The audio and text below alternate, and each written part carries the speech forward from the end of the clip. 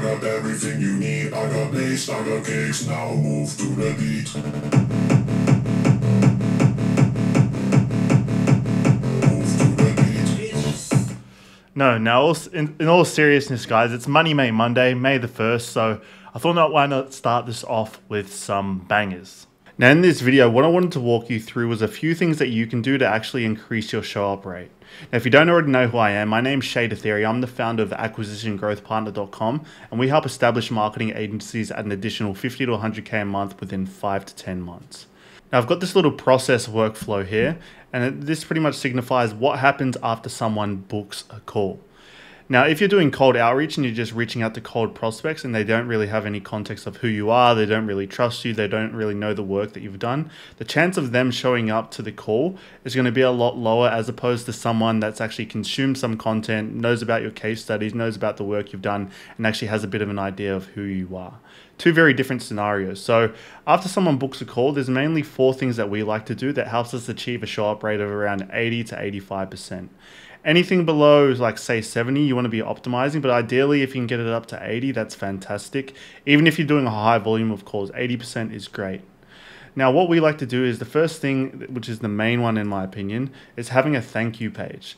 So a thank you page with a bunch of case studies on it. And what I mean by case studies, so not just testimonials, but also client interviews, because you tend to get a lot more value out of the interview style, because if a prospect actually relates with some of the problems and frustrations that another agent was going through or another client was going through, maybe they're in a similar situation and that pushes them over the edge to go ahead and become a client.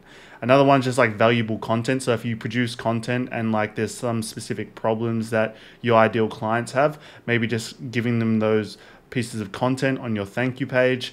A mini VSL, so that'd be like, just say for example, so they land on your page, we actually just walk them through the next steps and then just show them some case studies. So they'd just be like a quick intro call or a quick little intro video, and you're pre-framing what's going to be happening on the call that you take. And then number 5, just any form of social proof that proves that this prospect can trust you. So like screenshots, the preferred form of social proof that you can actually do what you say you're going to do is always going to be case studies. But anything, like even if you don't have case studies, if you just have like maybe some screenshots of some people saying stuff like in Slack channels and things like that, that can work really well too. Now, here's an example of what mine look like. So this is one from when I used to run my real estate marketing agency. You've now successfully booked in a call. I'm really looking forward to seeing if we can help you get some more listings this year as an agent. So this is the one that I ran for my real estate marketing agency. It's pretty much just saying, thank you for booking a call. Here's the next steps of the process. You're going to receive this and that link. Just pre-framing what's actually going to be happening on the call and then walking them through the next steps, holding their hand like they're a 5-year-old child, just in case they didn't know what to do and they're not even good with technology. So it's pretty much just here, like step 1, watch this video in full. Step 2, check out the results. And then we've got like a bunch of like case studies here. 1, 2, 3, 4, 5, 6. Just like smashing them with proof to give them irrefutable proof that you can actually do what you say you're going to do for them. So that's the main one, having a thank you page. Now that's the main one in my opinion that's going to influence your show up rates. But another thing you can do is multi-platform.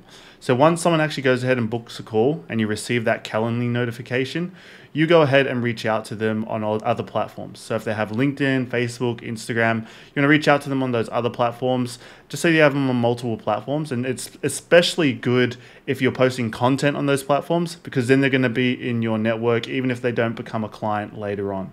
So you just want to reach out to them, send them over like a quick video or a voice note being like, hey, Mr. or Mrs. Prospect, really looking forward to catching up for our call on XYZ date. I'll catch you then. Just reaching out to them so you have more touch points across multiple platforms.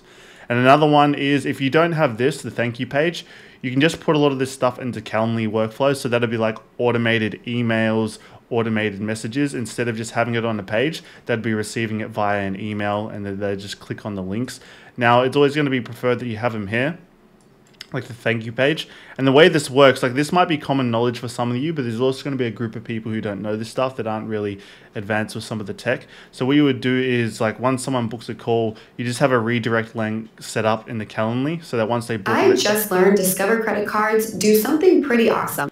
Apologies about that, guys. We have multiple people on the Spotify account, and I think someone started playing Spotify Music, which is what that sound was, confused the hell out of me.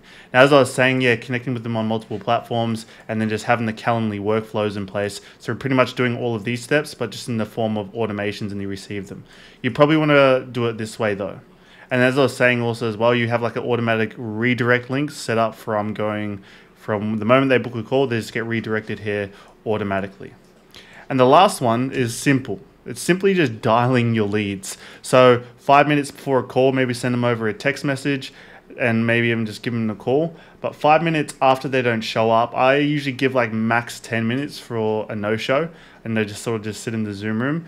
At the 5 minute mark, I message them 5 minutes before and then 5 minutes after the call. So if I'll text them at 11:55, and if our appointment's at 12, I'll also call them at 12:05, just making sure I'll just give them a call like, hey, I'm just sitting in the Zoom room or the Google Meet room. We having any issues getting in? And then a lot of the time that helps them, because a lot of them might, even if they weren't planning on showing up, that just gives them that little shove to actually want to go ahead and show up. So that's the simple process that I follow. And especially with a lot of the AI and a lot of the advancements in technology, I think us as marketers, or if you're running a marketing agency, we are on the forefront of a lot of this technology, and we're using a lot of technologically advanced software. And because we're using this stuff, we're moving a lot closer to automations instead of human-to-human interactions. So I think that dialing and just having conversations with people is going to become more effective as more and more people start to move towards automating anything and everything. Now, if you've made it this far, thank you for actually sticking around to watch the entire video. And if you did enjoy it, make sure you leave a like and a comment below letting me know your thoughts so that the algorithm will actually push videos like this your way into your feed. Now, if you run an established marketing agency that's doing at least $20,000 per month and you have at least 3 good case studies, and you may be looking to add an additional 50 to 100K a month, click the first link in the description. Now, you don't have to, you're not obliged to at all. The main thing is that you actually watch these videos and you derive value from them. But if you feel like you want to take your agency to the next level, click the first link in the description. Thank you for watching this video. I'll see you later.